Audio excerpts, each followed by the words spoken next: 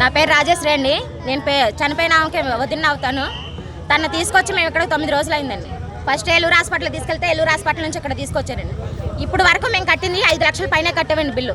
నిన్న ఒక్కరోజు bill కట్టినందుకు patient చచ్చిపోయిందని చెప్పి పొద్దున్న 6 గంటలకు బయటికి తోస్తారండి. ఎవడండి బాధ్యులు అసలు? ఎవడండి? ఇగోండి వాళ్ళ అమ్మాయిమా రావాలి. ఏలూరు హాస్పిటల్ డాక్టర్ అసలు కాళ్ళు చూడండి, ఆ మొహం చూడండి. వాళ్ళు అసలు మనుషులేనా? పడిపోయిందమ్మా. పిల్లని అలా చేసి పెడతారా? ఎలకలు తినేసింది, చెదలు పట్టిన బాడీ లాగా ఫేస్ అంతా ఇక్కడ ఎలా తినేసేసింది. ఎవడండి బాధ్యులు? డబ్బులు ఇస్తేనే చూతారా? ఆయన బయటికి రమ్మానండి. ఆయన బయటకు వచ్చి మాకు సమాధానం చెప్పమానండి. మేము చేసాం, మేము చేసుకుంటాం. అర్థమైందా? మేము డ్యూటీలు చేసేవాళ్ళం, మాకు తెలుసు. నేను పలానా హాస్పిటల్ చేత హాస్పిటల్ పేరు బయట పెట్టను. డాక్టర్లు ఎలా ఉంటారో ఒకళ్ళు తెలుసు. మా మేడం సార్ కూడా డాక్టర్లే. అర్థమైందా? మాకు అందరూ తెలిసిన వాళ్ళు ఉన్నారు. ఒకసారి మమ్మల్ని లోపలికి పంపించమనండి. పేషెంట్ని ఎలా చూసారో మేము చూసుకున్నాక ఆ తర్వాత వాళ్ళ సంగతి మేము చెప్తాము. ఇంకా అంతకు మించి ఏం మాట్లాడలేదు. నేను ఒక్కరోజు కట్టిపోతే ఇలా చేస్తారా?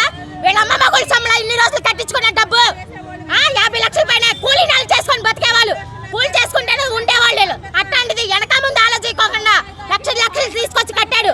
ఎవడో బాధ్యులు? ఎవడండి బాధ్యులు?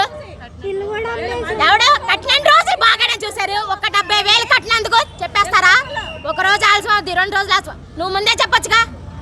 అమ్మా ఈ అమ్మాయి అయిపోయిందని చెప్తే మేము ఏదో ఒకటి చేసుకుంటాం కదా, డబ్బు కట్టంగా. కూలీ నాలు చేసుకునే బతికే వాళ్ళ దగ్గర ఎలా తింటాం ఏంటండి? మంద బేవర్స్ మందలాగా, అసలు పనికి మాలి మందలాగా. నాకేమద్దు, ఆడు బయటికి రండి. రాయిలే